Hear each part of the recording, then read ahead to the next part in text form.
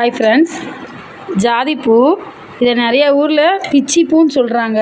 எனக்கு நாங்களாம் திண்டுக்கல்லில் ஜாதிப்பூன்னு சொல்லுவோம். நிறைய இடத்துல பிச்சிப்பூன்னு சொல்கிறாங்க. கன்ஃபியூஸ் ஆகுது, பிச்சிப்பூ எது ஜாதிப்பூ எதுன்ட்டு. ஆனால் இங்கே திண்டுக்கல் பக்கம்லாம் ஜாதிப்பூன்னு தான் சொல்லுவோம்.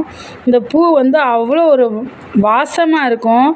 மல்லிகைப்பூக்கு அடுத்து ஜாதிப்பூ அவ்வளோ ஒரு வாசமாக இருக்கும். ஆனால் மல்லிகைப்பூ ஒரு 2 நாள் கூட நம்ம வச்சு யூஸ் பண்ணலாம். இது வந்தால் மலரும், நல்லா வாசமாக இருக்கும். ஆனால் கொஞ்ச நேரத்துலேயே வாடி போயிடும்.